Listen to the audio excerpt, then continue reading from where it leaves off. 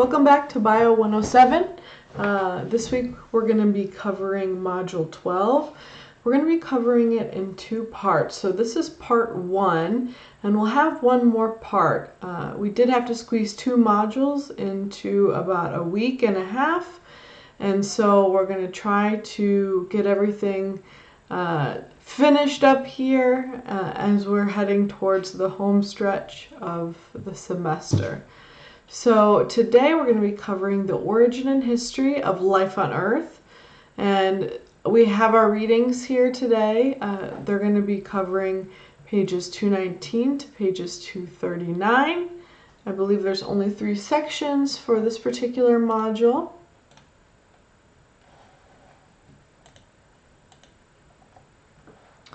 But first, let's talk about assignments that are due. So remember, we did extend our quizzes for Module 11 and 12, so these will now be due on Thursday, April 30th. Still 10 questions, still open book, still 20 minutes. And so make sure you guys take those quizzes. Remember, we're trying to cover these 2 modules within about 4 lectures.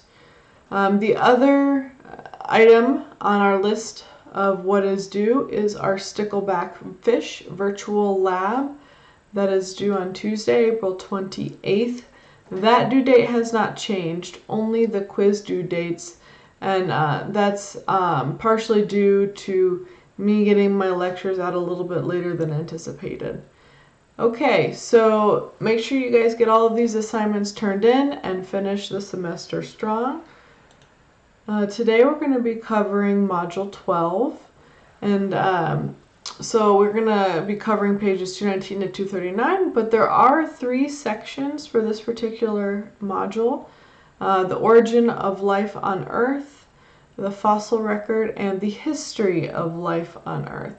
So today we're going to be covering the first 2 sections, origin of life and fossil record, and so we'll go ahead and get started. Alright, so this is just a quick refresher on the timeline that life existed on Earth. So if we look at the top, we're looking at the oldest amount of time, and at the bottom here of this list, we're looking at the youngest amount of time. And so about 13.7 billion years ago, that's what that BYA stands for, the universe began with the Big Bang. So as time went on, about 4.6 billion years ago, that is when our solar system officially began, approximately. We know that the Earth is 4.55 billion years old, so it was likely formed within an amount of time after our solar system officially began. And then also about 500 million years after the Earth was formed, it had finally cooled down enough for the outer layers or the crust of Earth to solidify and for oceans to form. And so that's what happened about 4 billion years ago. But between 4 and 3.5 billion years ago, that is when life began to form. And so it took approximately another 500 million years for life to emerge from our planet. Okay, and so in your book, it talks about the origin of life in 4 overlapping stages. So I've listed out the stages here for you, and we'll go through all of these. But the first stage here is when we have nucleotides and amino acids being produced before cells are created. So that's what's happening in one of the stages. The second stage here is when we have nucleotides and amino acid becoming polymers. And those polymers will eventually form DNA, RNA, and proteins. The third stage is the polymers that were formed begin to become encased in a membrane. And so we have those containment sections of those membranes. And then lastly here in stage 4, we have polymers that are enclosed in membranes. And not only that, but they also get acquired cellular properties. And so now these polymers are getting more defined as time goes on. Okay, so let's talk about stage 1. So this is basically when these organic molecules are being formed. So when Earth was first formed, obviously it was pretty primitive. And so we're not sure what the conditions were like on Earth, but they may have been different enough to start the spontaneous formation of organic molecules. So that's what the theory is anyway. There are several hypotheses on how these organic molecules were created. And so I've listed the 3 hypotheses here. The first one is reducing atmospheric hypothesis, or reducing atmosphere. The second one is the extraterrestrial hypothesis. And the third one here is the deep sea vent hypothesis. And so we'll touch on each of these different hypotheses on why and how scientists think these organic molecules were formed. So the first one here, this is the reducing atmosphere hypothesis. So this is based on geological data, and we know that the atmosphere was really rich in water vapor or hydrogen, and a CH4, NH3, and oxygen here, O2.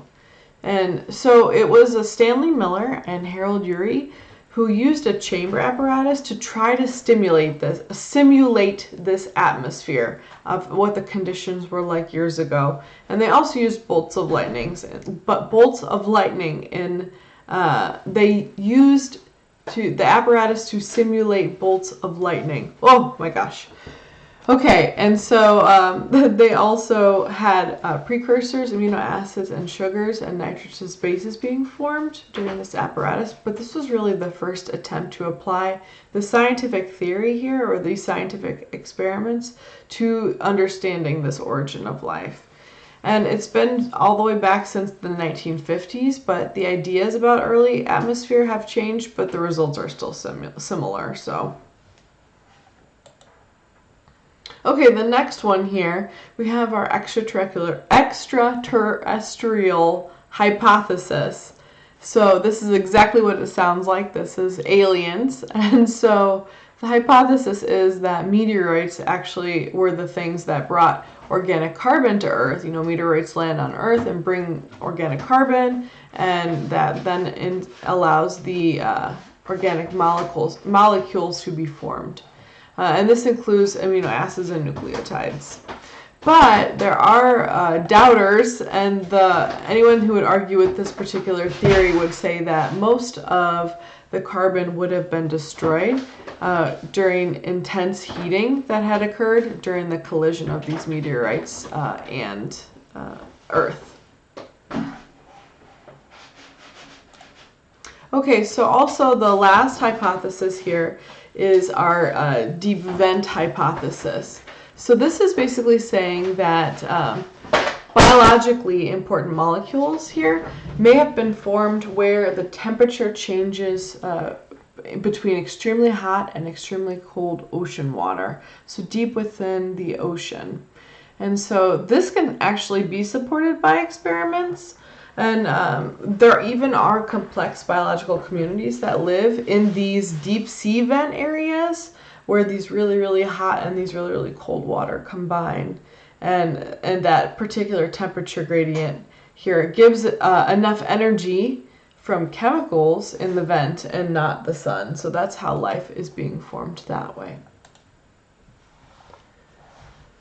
Okay, so let's go back and talk about stage 2. So we just finished up stage 1 and all the theories that would lead to stage 1. So now let's talk about stage 2. So these are our organic polymers. So this is basically saying that we have experiments that have shown nucleic acid polymers and polypeptides can form on a clay surface. And this happens because if you have RNA and you are repeatedly drying and re-wetting these nucleotides, this sort of action would cause them to polymerize. And so that's what would happen there on that clay surface. But these polymers can also form in water, like I just mentioned on the last slide, where the deep sea gases are present. And also, if you pour amino acids over hot lava rock, that also causes small polypeptides to form. So there are a few different ways that these polymers could be formed. So our third stage here, so we have a formation of boundaries. So we have what we would call a probiont. So this is what would be defined as an aggregate of prebiotically produced molecules. And this would also include the macromolecules that would exist.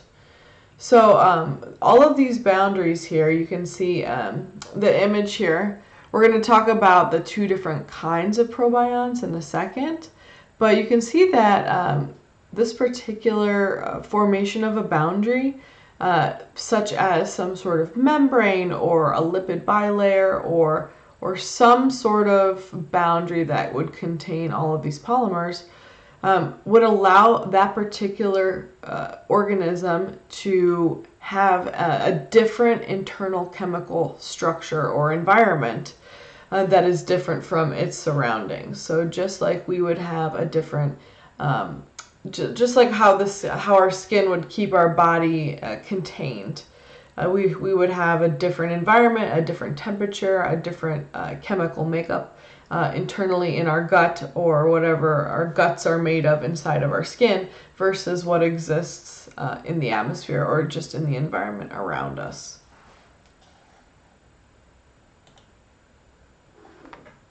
So there are 4 characteristics of a probiont.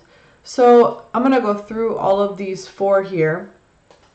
The first characteristic that you would find in a probiont is that there is a boundary that's separated, the external environment and the internal contents. So just like I mentioned on the previous slide, that boundary, like our skin here, for example, in one that's more of a tangible example, that boundary is separating our internal gut from our external atmosphere. But in this particular probiont, we would have a boundary separating, like maybe a lipid bilayer, the internal environment and the external environment. So the second characteristic here is that the polymer inside of the probiont contains information. So there are polymers that have some sort of coded information inside of the probiont itself. Thirdly, we have the polymers inside of the probiont that have some sort of enzyme function. So there's some sort of enzymatic system that's happening inside of the polymer, something that is occurring inside of that probiont. And then lastly here, our probionts are capable of self-replication, so they can create more than one of themselves. So those are our 4 characteristics of our probiont. So when we talk about living cells, what sort of things could we have potentially evolved from? So there are 2 examples here. Zoe cervates. So these are droplets that have been formed spontaneously from polymers that were charged with some sort of electricity here. And with these Zoe cervates, we have enzymes here that are basically trapped inside that can perform some sort of very rudimentary function inside of these polymers. And then the second potential idea where living cells may have evolved from are liposomes. So these are vesicles, which is basically like a sac or like some sort of contained area that is surrounded by a lipid bilayer. So just imagine kind of like a cell. In this particular instance, there is clay that can cause a catalyzed formation of liposomes that can grow and divide. And then lastly, these liposomes can enclose RNA, so the RNA can be contained inside of the liposomes as well. So you can see in this image, it's kind of cut off, sorry about that. The soy cervase, you can see here there's a skin of water in this particular image and a solid droplet of protein and carbohydrates inside of this skin of water that's containing a different internal structure. And then in our liposomes here, you can't really see it as well, but there is an outer casing. In this particular case, it's a phospholipid bilayer that's encasing the internal structure. And then inside there's the internal structure, it's a hollow sphere of phospholipid filled with water. So there's water inside, but still, regardless, the internal structure is separated from the external outward structure. So our last stage here, we have a majority of scientists that are favoring RNA as the first molecule of probionts. So of all of the potential macromolecules that have first evolved out of the earth, I guess, this would be the most likely to have occurred. So there are 3 key RNA functions, which is why some scientists think that RNA is favored as the first macromolecule. So the first function here is that RNA has the ability to store information. Obviously that's important because information can potentially help with coding and deciphering certain nucleotides here. Secondly here, RNA has a capacity to self-replicate. So that means it can make copies of itself and continue its life cycle, so to speak. And then lastly, the third key RNA function is ribosomes, or enzymatic functions. So we have functions that are happening in these 3 capacities here. And DNA and protein cannot do all 3 of these functions, which is why scientists believe RNA is like the likely culprit for being one of the first macromolecules. Okay, so we also have chemical selection happening. So chemical selection is basically a chemical within a mixture that has some sort of special property to it that allows it to increase in number compared with other chemicals within a mixture. And so we're going to go through a hypothetical scenario here. So there's going to be 2 steps.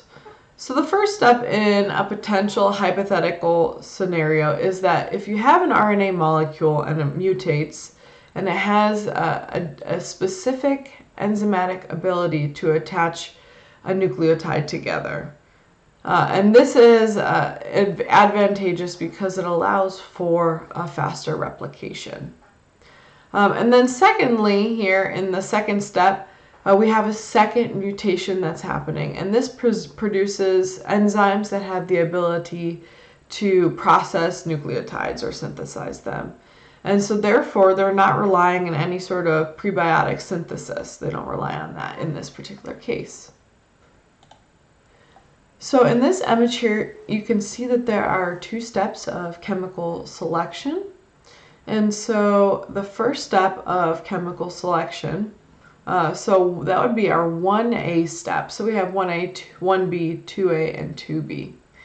So the first step of the first step is our mutation step. So this is going to provide an RNA molecule with a catalytic ability of some sort to synthesize new RNA molecules using the ones that already exist as the template for that. And so after that, we'll have our chemical selection. And this is the amount of a specific mutated RNA with that specific catalytic function, and that's going to allow it to increase because it can self-replicate faster. So it's going to create more copies of itself within a shorter amount of time. So we also now are going to move on to the second step of chemical selection here. Our 2A, we have our mutation again. So we have a second mutation that's occurring in our RNA molecule. Now, this is going to allow for the ability to catalyze a step in the synthesis of ribosomes or ribonucleotides here. So after that happens, then we're going to reach 2B, which is our chemical selection again. And so this second mutation that had already happened is a favored mutation. So after a few generations have gone and survived, now we're going to get the probionts, and they're going to have the two catalytic functions from the two steps.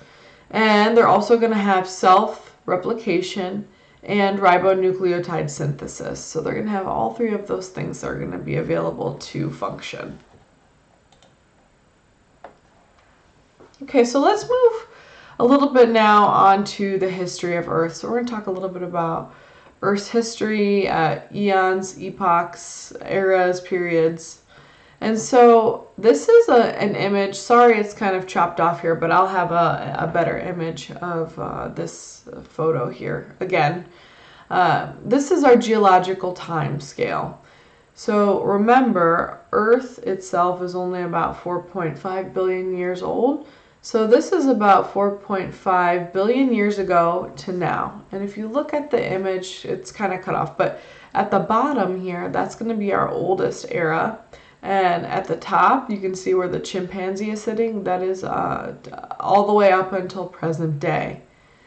So of all that time that has passed, we have 4 eons in the Precambrian era, or Precambrian time period. So these eons include the Hadean, the Archean, the Proterozoic, and the Phanerozoic. So these 4 eons exist in the Precambrian. Now, Precambrian is happening before segmentation has occurred. Now, you could take each of these 4 eras in the Precambrian and then divide them further into eras. So it's going to go eon, and then era, and then period. So eon is the largest, followed by your era, and then followed by your period. Okay. So now here's an image that I just had shown on the previous slide. So you can see this is just the bottom of the figure that I had previously provided, and you can see all the way where Earth began 4.5 billion years ago. Now, the first prokaryotic cells that started to appear were about 3.5 billion years ago. And then about 1.5 billion years ago, that's when you started getting multicellular eukaryotes. So if we move on to the more recent part of our time period here, you can see here again, the multicellular eukaryotes is still listed on this top half as well, about 1.5 billion years ago. But once we hit 632 million years ago, that's when our first animals started to appear. And then ever since then, it's been proliferating pretty gradually. And so we first started appearing, hominids started appearing about 7 million years ago. So we were in the tertiary period, and that's when we started our formation. Plants, or flowering plants, started right about the Cretaceous era, or Cretaceous period, pardon me, and that occurred about 135 million years ago.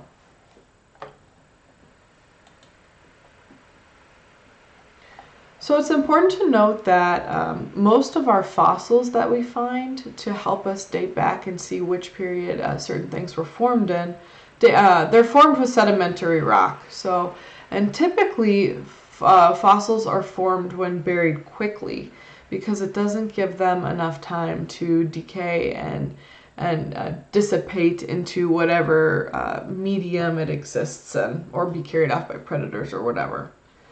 And so we can date certain time periods back depending on fossils. And so we mentioned before the interaction between half-lives and isotopes, and when we talked about radiocarbon dating, it helped us to determine when certain things could have existed depending on how much of a particular isotope was left, and looking at what their half-life could be. So I have just a 3-minute long video on how radiocarbon works. I feel like I did a pretty good job explaining it in the last lecture series, but I thought this was nice because it had images and was a little bit more interesting in terms of visual components. So I'm going to go ahead and play this for you guys, and we're going to wrap this section up here relatively quickly.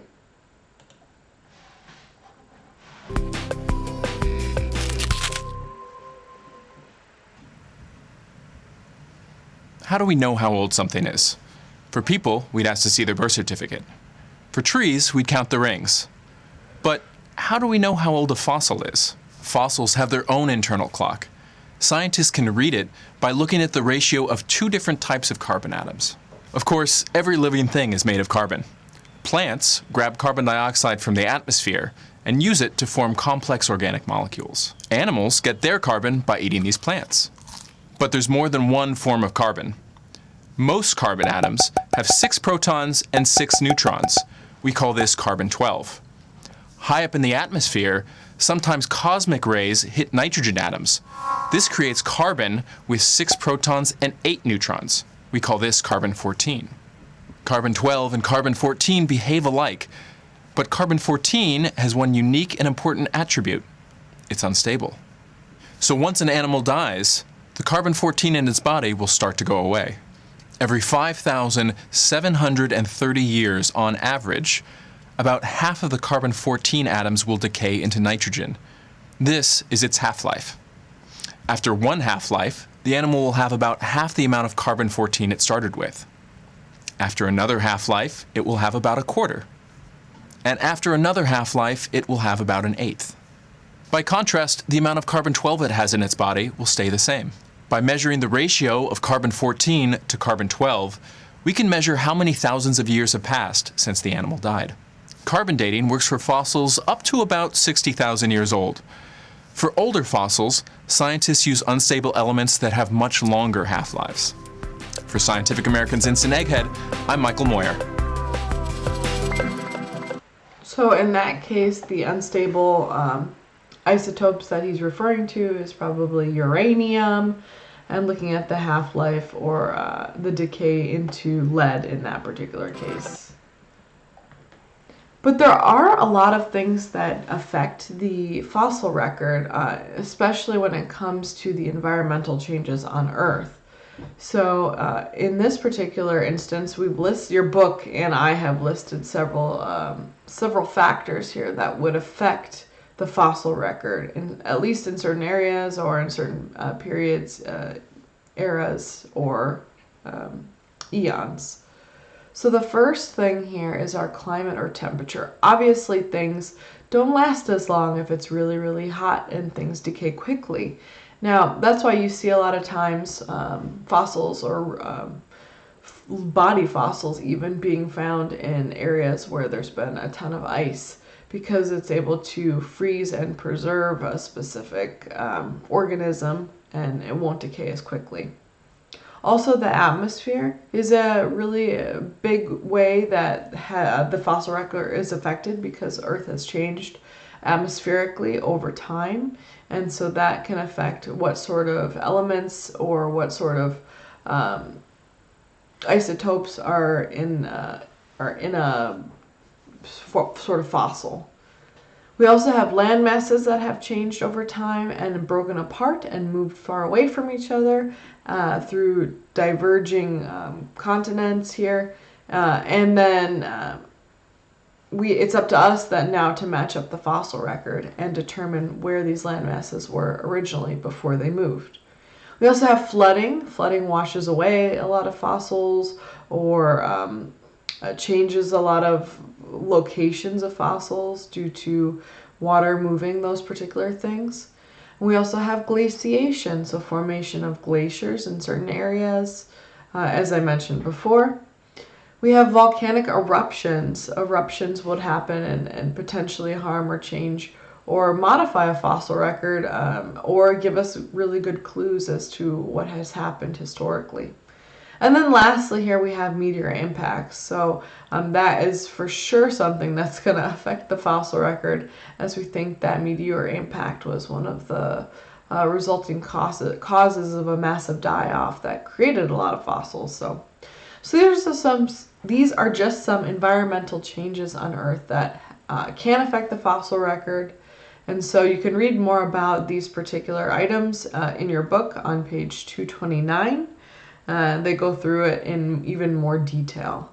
And so this is all I have for class today, but I will return with the second part of this lecture, probably within a few days or so, just because I've extended your module quiz, and so hopefully this should give you enough time to be able to watch all the lectures and then prepare yourself for the quizzes.